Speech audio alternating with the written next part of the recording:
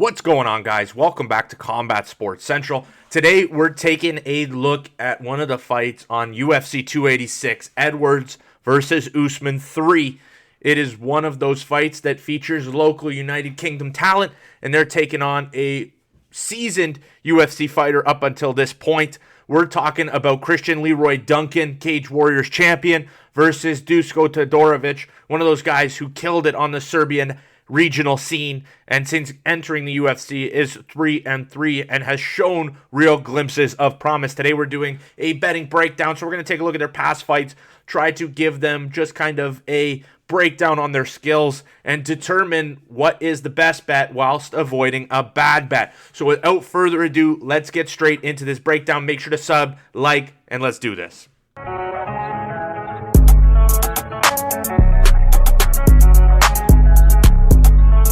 Taking a look at Chrisitan Leroy Duncan. First, we'll take a look at his striking. His striking bag is actually very deep. He uses a lot of feints. These feints come from both the hips and the shoulders, and he attacks with all of his limbs. He won't feint too much with just punches or just kicks. He does it with all, and he mixes them up very, very well, and he's willing to take risks with the stand-up. He loves attacking with flying knees, for example, spinning elbows. These striking attempts might put him in bad positions, but when they land, they're devastating. Against most prospect martial artists, I think Duncan will have the striking advantage.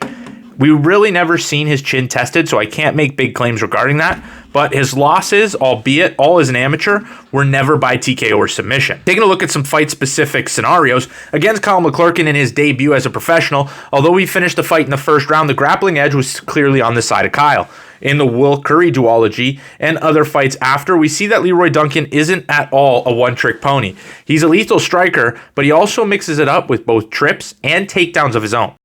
Against Currie in the second fight, he drops Currie with a spinning back elbow, but also controlled a majority of the third round with a takedown and dominant control in the grappling exchanges. Against Djati Melan, Duncan's title fight debut, Melan landed a takedown early, and in this case, the grappling lasted the entire round with Djati on top for its entirety.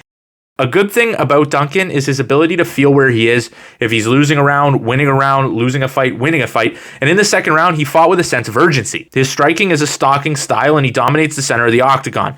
His footwork in this fight was great, and with the ring control, he tried a lot to bait his opponent out. This confidence continued for the whole second round and into the third. The finishing sequence, I would go as far to say, is a masterpiece and a testament to how good Duncan's striking really is. In the last minute of the second round, Duncan was stalking his opponent. He used footwork to push Djati to the fence, and Dan Hardy even pointed it out, saying this at the end of the second round. Feels like Chrisitan Leroy Duncan's trying to coax his opponent to throw something so he can counter. He is dominating the center of the octagon right now. And in the third round, we see that play out again. Again, Djati against the cage, running out of room. Duncan waited until his opponent would go to his comfort zone.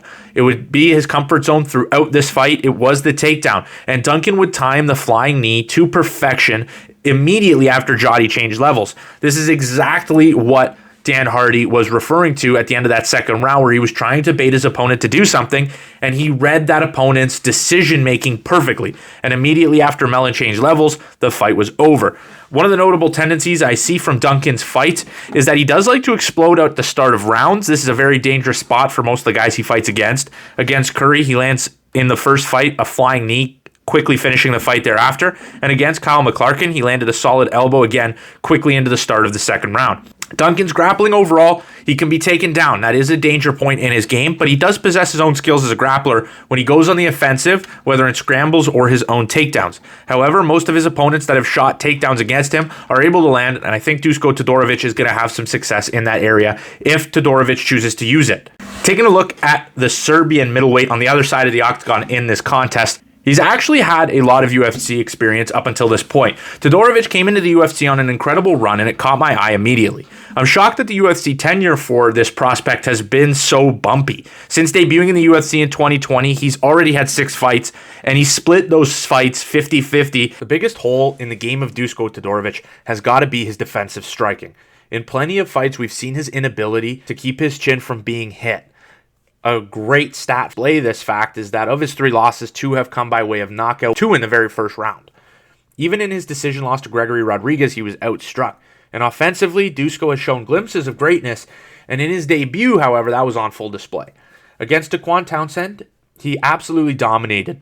He cut off the cage well and landed bombs. In his most recent fight against Jordan Wright in the second round, when Todorovic put his foot on the gas pedal, he earned himself a fight of the night and showed what his striking could be. With all the glimpses of a well-rounded mixed martial artist, again, we have a Soriano fight where we're brought back to reality. Because Todorovic keeps his hands low and relies on head movement that sometimes sees him pull back with his chin high up in the air, he sometimes puts himself in really, really bad positions. And against Soriano, he gets caught multiple times and has one of the more brutal losses I've seen from a mixed martial artist in the UFC. Todorovic, sometimes he has great performances, sometimes he has poor performances. I think this is kind of a bait in the matchup against Leroy Duncan, in the fact that when I watched two of Todorovic's fights, specifically the Soriano fight and the Chidi fight, his stand-up looked horrendous.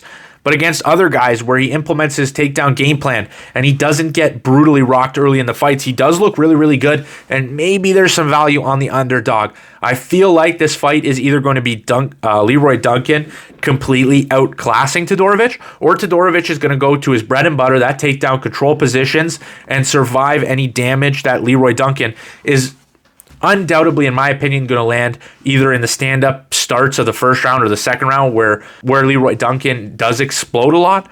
But I think this one, the way the lines are shaped, if I was going to play this, I would play to the Todorovic side, but I'm not confident enough to make that an official pick. So that is my gambling breakdown of this contest. There is a lot on this great UFC pay-per-view, so I'm hoping to look at more fights as the week progresses. But if you guys enjoyed this video, remember to smash that like button and subscribe to Combat Sports Central. I try to bring you guys as many combat-related videos as possible, and I'll see you in the next one. Peace out.